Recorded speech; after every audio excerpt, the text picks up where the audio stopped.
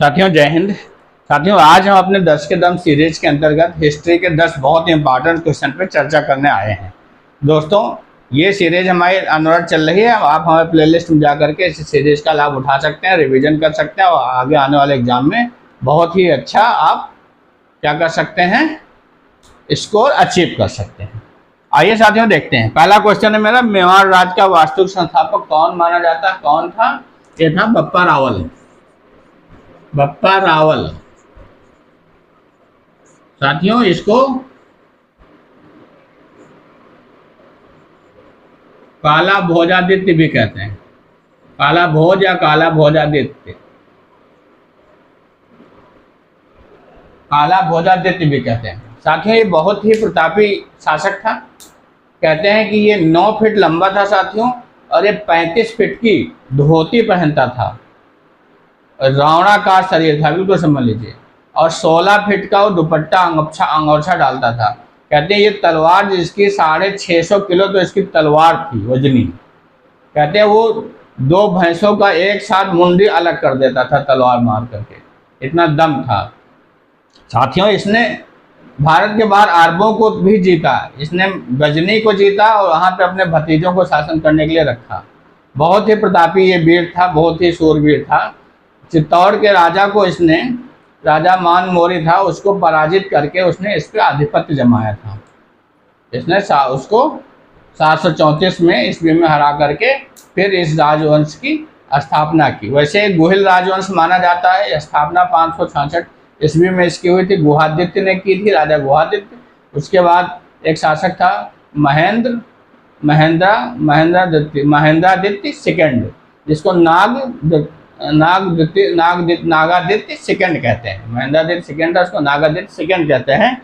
वो बप्पा रावल का पिता था। कहते हैं नागादित्य भी प्रतापी राजा था, लेकिन वहाँ के भील जो थे उससे अप्रसन्न हो गए और उसको अकेला पाके घेर के मार डाला। तब बप्पा रावल केवल 3 वर्ष का था। इसका जन्म 712 ईस्वी में हुआ था, 712 ईस्वी से, और इसकी मृत्यु 810 ईस्वी में हुई। तो ये लगभग 98 वर्ष जिया था, 97-98 वर्ष, 12 और 13 में मानी जाती है इसका जन्म माना जाता। तब ये 3 वर्ष का था। 700 कब, मतलब 715, 16 की बात है, जब उसने इसके पिता महेंद्रादित्य या नागादित्य, महेंद्रादित्य सेकंड या नागादित्य का हत्या भीलों ने कर दी थी। तब इसको उठा करके इसके विश्वास पात्र इसको वहाँ के ब्राह्मणों को दे दिया था। वहाँ गाय चराता था इनकी, बड़ा हुआ, वहाँ दूध अकेला पीता था, लेकर के चराता था। वहाँ पे एक ऋषि की इसने सेवा की, उनके आशीर्वाद से बताया कि उसने आशीर्वाद दिया, जहाँ जहाँ तुम्हारा पैर पड़ेगा वहाँ तुम्हारा शासन होगा।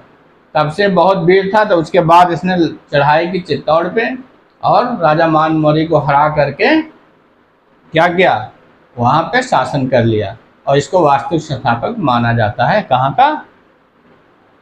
इसके 100 रानियाँ बताते, उसमें 35 तो इसकी मुस्लिम रानियाँ थी। बताता था जहाँ मुस्लिमों को, अरबों को जीतता था, उनको उसकी बेटियों को अपने यहाँ ले आता था, और 4 आदमियों बराबर बताते भोजन करता था। तो इसलिए बहुत ही 97-98 वर्ष जिया। लेकिन राज इसका 728 से 753 तक ही माना जाता है। राजारोहण इसका। सिंधु घाटी सभ्यता में दूसरा क्वेश्चन है दोस्तों, सिंधु घाटी सभ्यता में ज्वार भाटा के साक्ष्य कहाँ से मिलते हैं? तो लोथल से मिलते हैं। लोथल की खुदाई किसने थी? एस.आर. राव ने की थी। कब? 1955 से 62 के बीच कई बार इसका उत्खनन हुआ। तो वहां साक्ष्य मिलते हैं। भोगवा नदी के किनारे हैं गुजरात में। भोगवा नदी किसकी सहायक है? साबरमती की सहायक नदी है।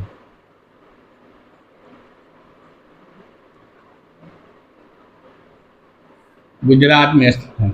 विश्व की सबसे पुरानी संहिता किसको माना जाता है? इसको कानूनी पुस्तक भी कहते हैं।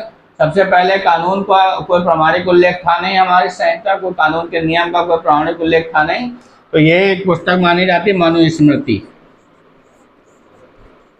मनुस्मृति मनु भगवान द्वारा रचित, ये राजा मनु द्वारा रचित मनुस्मृति मानी जाती है और इसे कानूनी पुस्तक भी कहते हैं,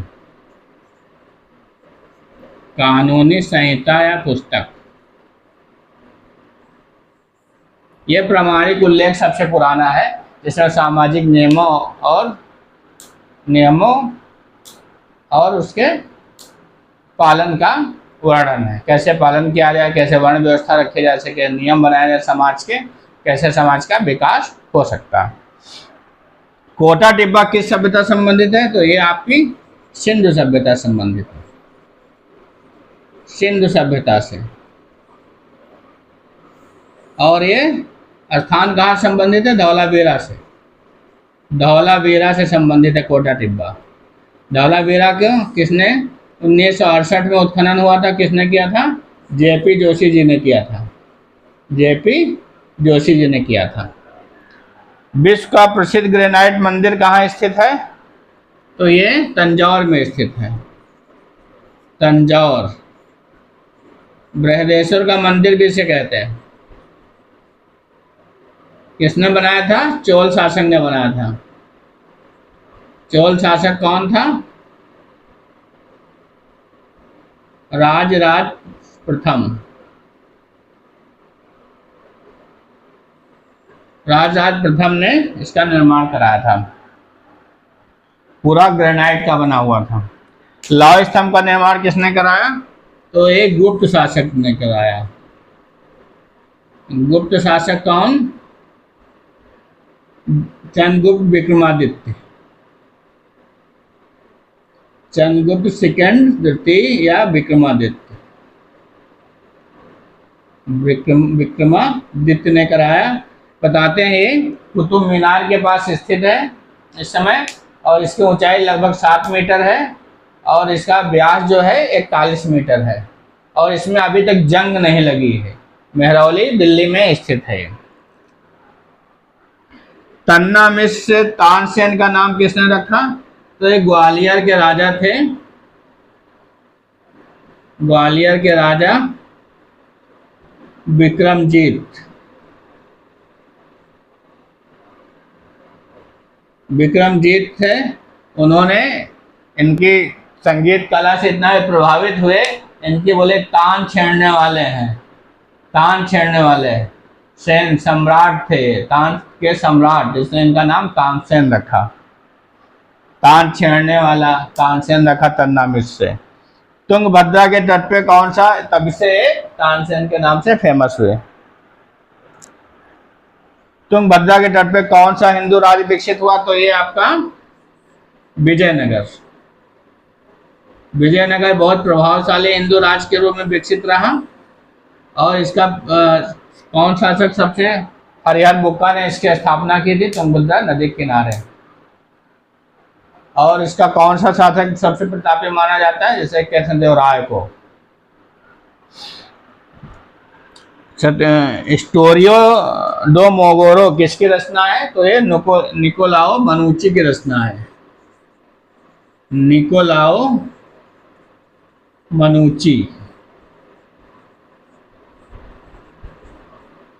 ये किसके बारे में है? ये निकोलाओ मनुची 17वीं शताब्दी में भारत आया था, तब 1654 में भारत आया है। इसका जन्म 1638 में हुआ था।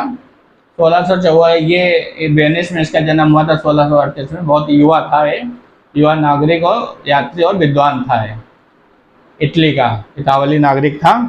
तो इसने शाहजहाँ के शासनकाल भारत आया था 1654 में। फिर इसने रुका, इसने औरंगजेब का शासनकाल, औरंगजेब की शासन व्यवस्था, शाहजहाँ की शासन व्यवस्था, दारा सिकोह के बारे में, राजा किरत सिंह के बारे में, राजा जय सिंह के बारे में, सबके इनके बारे में इसने वर्णन किया है। इनकी व्यवस्था का, इनके शासन का, सामाजिक व्यवस्था का, अर्थव्यवस्था का, इनकी प्रशासन व्यवस्था का उल्लेख इसने अपनी बुक स्टोरियो डो मोगोरो में किया है। तो ये एक कौन सा था? इतावली यात्री और विद्वान था। किस शासक ने कलमा की नक्काशी पर प्रतिबंध लगाया? तो ये शासक था औरंगजेब, ये था औरंगजेब। दोस्तों जो हम बोलते हैं एक्सप्लेनेशन में, वो भी नोट करते रहिए, वो भी आपके इसलिए 10 क्वेश्चन में आपको 20 कदम मिलेगा। तो ये औरंगजेब कहते हैं कि इसको बिल्कुल इस शरीयत के नियमों का पालन करता था। इसको जिंदा पीर भी कहा जाता है, क्योंकि ये क्या करता था, टोपी सिल के अपना गुजर बसर करता था, सादा पानी पीता था और ये जमीन पे सोता था। ऐसा ये शासक था। कहते हैं इसने नवरोज त्योहार पर प्रतिबंध लगा दिया। और क्या किया इसने, संगीत पर प्रतिबंध लगा दिया। संगीत सुनने वाला, इवन संगीत से इतनी नफरत थी इसको, संगीत जो सुनना, जबकि खुद भी ना बजाता था, संगीत सुनने वालों को गिरफ्तार करवा लेता है, गिरफ्तार करवा लेता था। ऐसा है, बिल्कुल शरीयत का नाम मानने वाला था। इसको जिंदा पीर कहा जाता है। तो दोस्तों ये रहे हमारे हिस्ट्री के 10 बहुत ही इंपॉर्टेंट क्वेश्चंस। आशा है आपको जरूर पसंद आए होंगे। इस प्रकार से ऐसे बहुत से क्वेश्चनों का कलेक्शन मेरे कैलिबर अड्डा के प्लेलिस्ट में है, 10 कदम सीरीज में। आप जाइए, देखिए, रिवीजन करिए दोस्तों, और आगामी आने वाले एग्जाम में आपको इसका बहुत ही लाभ प्राप्त होगा, बहुत बेनिफिशियल रहेगी आपकी तरफ। साथियों पसंद आए तो हमारे चैनल सब्सक्राइब करिए, शेयर करिए प्लीज़, और हमारा उत्साहवर्धन करिए और सजेशन दीजिए। और अगर आप कोई कमेंट करेंगे जो होगा, मैं उसका निवारण अवश्य करूंगा आपके संदेह का। साथियों पढ़ते रहिए, मस्त रहिए, व्यस्त रहिए, सफल होइए। जय हिंद।